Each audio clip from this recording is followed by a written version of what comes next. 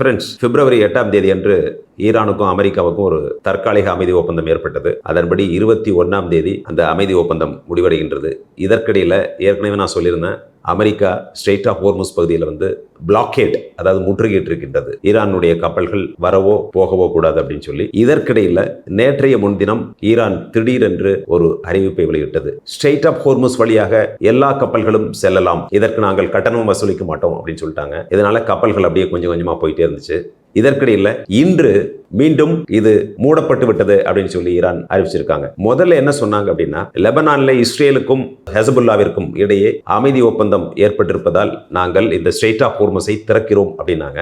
இன்று தன்னுடைய நிலைப்பாட்டை மாற்றியதற்கு காரணம், இன்னும் அமெரிக்கா அந்த ஸ்ட்ரெய்ட் ஆஃப் ஹோர்முஸ் பகுதியில் முற்றுகையை தொடர்ந்து கொண்டிருப்பதால் நாங்கள் இதையும் விலக்கிக் கொள்கிறோம் அப்படிங்கிறதுனால அங்க ஒரு பதட்டமான சூழ்நிலை மீண்டும் உருவாகி இருக்கின்றது. இப்போ ஸ்ட்ரெய்ட் ஆஃப் ஹோர்முஸ்ல கிட்டத்தட்ட 20,000 சீஃபேரர்ஸ் அப்படின்னு சொல்லுவாங்க, அவர்களும் பல ஆயிரக்கணக்கான கப்பல்களும் அங்கு தேங்கி கிடக்கின்றன. அவர்களுடைய நிலையை எண்ணி பார்க்கின்ற பொழுது மிகவும் பரிதாபமாக இருக்கின்றது. அந்த கப்பல்லையே உட்கார்ந்துட்டு இருக்கணும், அது வெயிட் பண்ணிட்டே இருக்கு. எப்ப இவங்க ஓபன் பண்ணுவாங்க, எப்ப நம்ம போகலாம், எப்ப இந்த எண்ணெயை கொண்டு போறது, எப்ப ஃபேமிலி மெம்பர்ஸை பார்க்கறது அப்படின்னு சொல்லி அங்க இருக்கின்றவர்கள் ஒரு அதிர்ச்சியிலும் பதட்டத்திலும் இருக்கின்றார்கள். இப்படி ஒரு நிலையில டொனால்ட் ட்ரம்ப் என்ன சொல்லியிருக்காரு அப்படின்னு சொன்னா, ஈரான் வரும் வியாழக்கிழமைக்குள் அமைதி ஒப்பந்தத்திற்கு ஒத்துக்கொள்ளாவிட்டால் நிச்சயமாக மீண்டும் நாங்கள் போரை தொடர்வோம் அப்படிங்கிற அர்த்தத்தில் அவர் அறிக்கை விட்டிருக்கின்றார். இப்படி ஒரே பதட்டமாக இருக்கின்றது.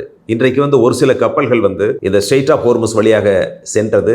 அதை ஈரானிய கப்பற்படையினர் அதன் மீது துப்பாக்கி சூடு நடத்தி இருக்கின்றார்கள். இப்படி ஒரு பதட்டமான சூழ்நிலை அந்த ஸ்ட்ரெய்ட் ஆஃப் ஹோர்முஸ் பகுதியில் தொடர்ந்து கொண்டே இருக்கின்றது. இதற்கிடையில் அமெரிக்காவில் வரலாறு காணாத அளவிற்கு ஸ்டாக் மார்க்கெட் உயர்ந்திருக்கின்றது. ஆயில் பிரைஸ் அப்படியே குறைஞ்சிட்டு இருக்கு. இன்னைக்கு ஸ்ட்ரெய்ட் ஆஃப் ஹோர்முஸை நாங்க மூடிட்டோம் அப்படின்னு சொன்ன உடனே நிச்சயமா ஆயில் பிரைஸ் மறுபடியும் மேலே ஏற போகுது. லெபனான்ல இந்த சீஸ் ஃபயர் வந்த உடனே லெபனான் மக்கள்லாம் ரொம்ப மகிழ்ச்சியா பட்டாசெல்லாம் வெடிச்சு அதை கொண்டாடினார்கள். அவ்வளவு தூரம் மக்கள் அங்கு பாதிக்கப்பட்டு சிரமத்திற்கு உள்ளாகி கொண்டிருக்கிறார்கள். ஒரு தற்காலிக போர் நிறுத்தம், ஒரு சில நாட்களுக்காவது நாம் நிம்மதியாக இருக்கலாம் அப்படிங்கிற ஒரு மகிழ்ச்சி எண்ணம் அந்த மக்கள் மத்தியில். இதிலிருந்து என்ன தெரிகிறது அப்படின்னு சொன்னா, உலகத்தில் யாரும் சண்டை சச்சரவுகள் போர் பதட்டம் இதெல்லாம் வேண்டாம் என்றே நினைக்கின்றார்கள். இதெல்லாம் இல்லை அப்படின்னு சொன்னா மக்கள் அமைதியாக வாழ முடியும், மகிழ்ச்சியாக இருக்க முடியும். அதெல்லாம் ஒரு இல்லாத ஒரு சூழ்நிலை. இதற்கு அமெரிக்கா ஒரு புறம், ஈரோப் ஒரு புறம், அரபு நாடுகள் ஒரு புறம், ஆசிய நாடுகள் ஒரு புறம், இப்படி போய்கொண்டே இருக்கின்றது. எனவே தலைவர்கள் முதலில் தங்களை ஒழுங்குபடுத்தி ஒற்றுமையாக்கி ஒரு முனைப்பான ஒரு ஒருங்கிணைந்த எல்லா மக்களும் மகிழ்ச்சியாக இருக்கக்கூடிய ஒரு முடிவை எடுக்க வேண்டும். அப்பொழுதுதான் சமுதாயம் நன்றாக இருக்கும்.